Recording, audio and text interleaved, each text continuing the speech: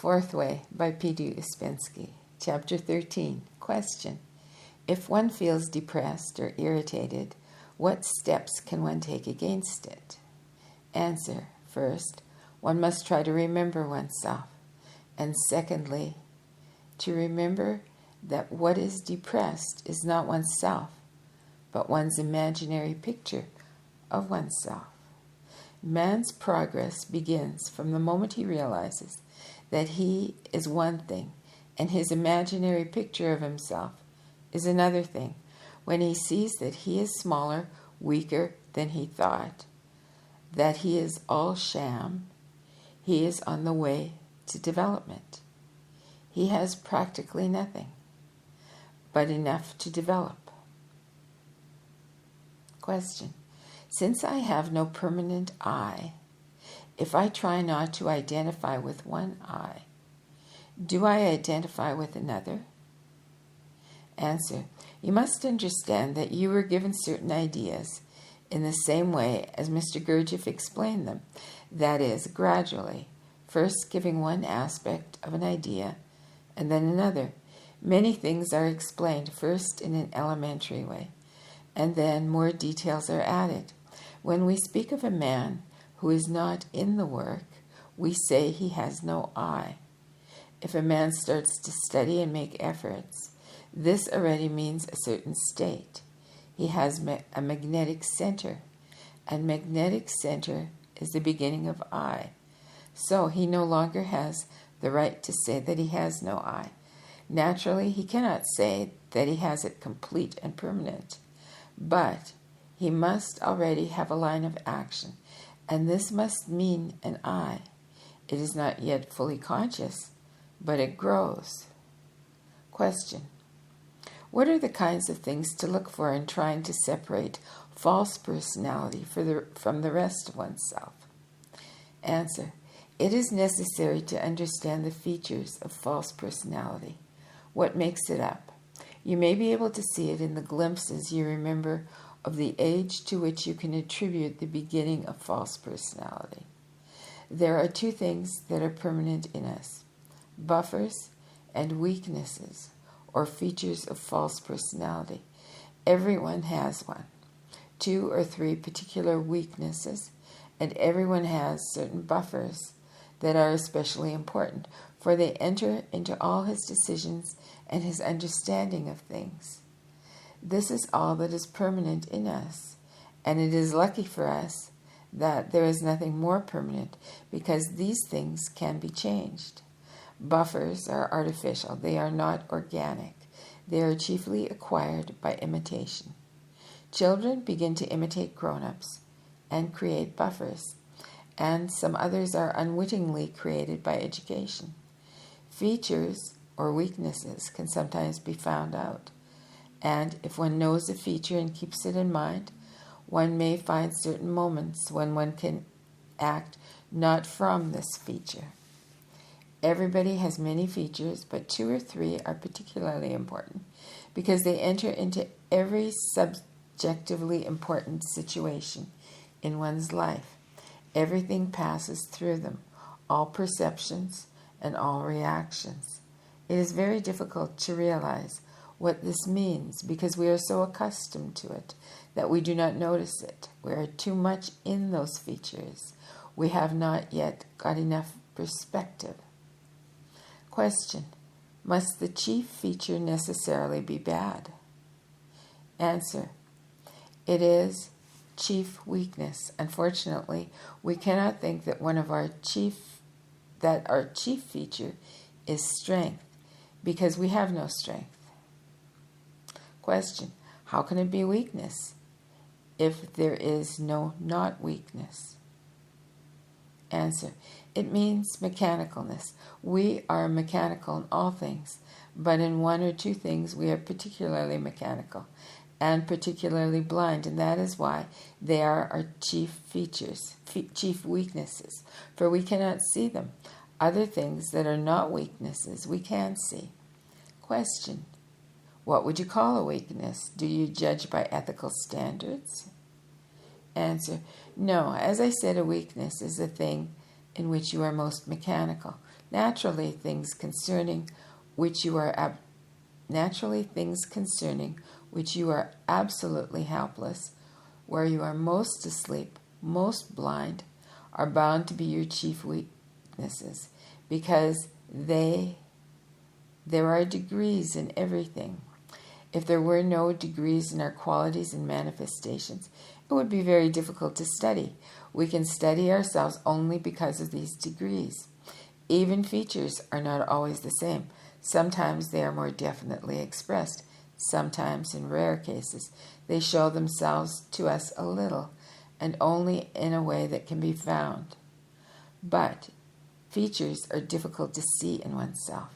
You will realize better that being more mechanical and less mechanical means, if we take another example, say illness. If we are ill, we become at once more mechanical.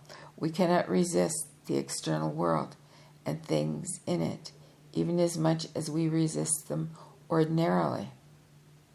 Answer. You say that we have nothing but weakness. Surely desire to be free is not a weakness. Answer. There can be one or another kind of desire. Suppose one realizes one's weakness and wishes to get rid of it, and at the same time one does not wish to learn the methods of getting rid of this weakness. This would be a second weakness, helping and protecting the first weakness. Question. But if one makes constant efforts? Answer.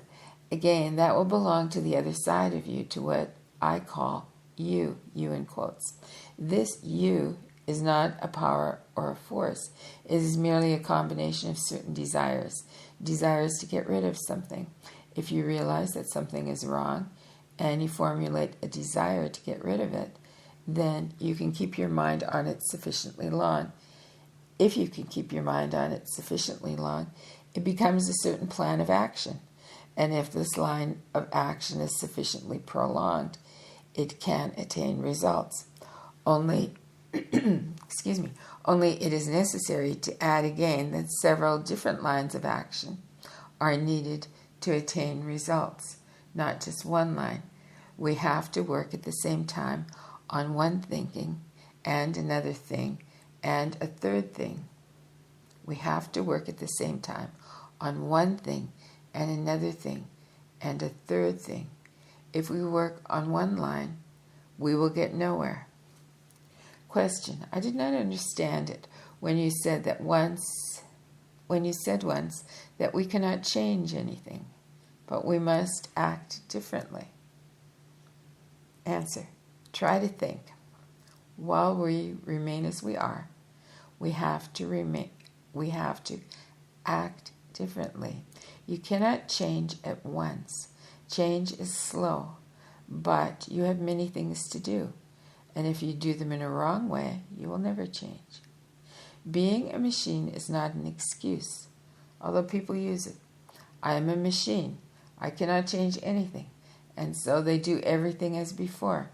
Before you came to work, you explained everything by accident.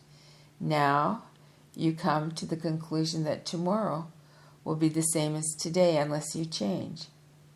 You cannot change, but you have to do. It is necessary to understand on what lines you must do things differently. Everybody has 2 or 3 particular things where he is accustomed to act in a certain way and where he must try to act differently. These things are not the same for different people. You remember what I said about knowledge and being? The idea is to change being at exactly that point which is difficult for every person. One person must understand certain features and avoid them. Another must understand what is lacking in him and try to acquire it, and so on. That is why school is necessary. We need constant reminding about the many things. How can I make better use of moments when I feel miraculousness of the system? Make more regular efforts, not occasional efforts. You know why I speak about this, because it is self-deception to think that one can awake without special and long work. One must realize how difficult it is. Thinking, not thinking, talking, not talking, feeling, not feeling, everything keeps us asleep. Now we speak theoretically about it, but work cannot be theoretical. The fact is that one is asleep. One must become a permanent realization. One must feel it emotionally. But by itself, this realization will not make one awake. Special efforts are necessary to wake oneself up for a moment. Is it necessary to be fairly awake to formulate one's aim? Answer, this is another thing. Realizing and understanding are possible in a kind of half-sleep. Just as one can find one's way home, one can find the way to our aim. Awakening is a long process. Question, is hesitation between two different aims a sign of sleep? Answer, partly of sleep and partly of incomplete understanding. When one knows what is important, one has no hesitation. What we must think about now is methods, how to awake, which forms of work are best. But what is the use of speaking about methods to awake if one does not fully realize the fact of sleep? What do you think about it? What do you feel about the state in which you are? Have you any observations?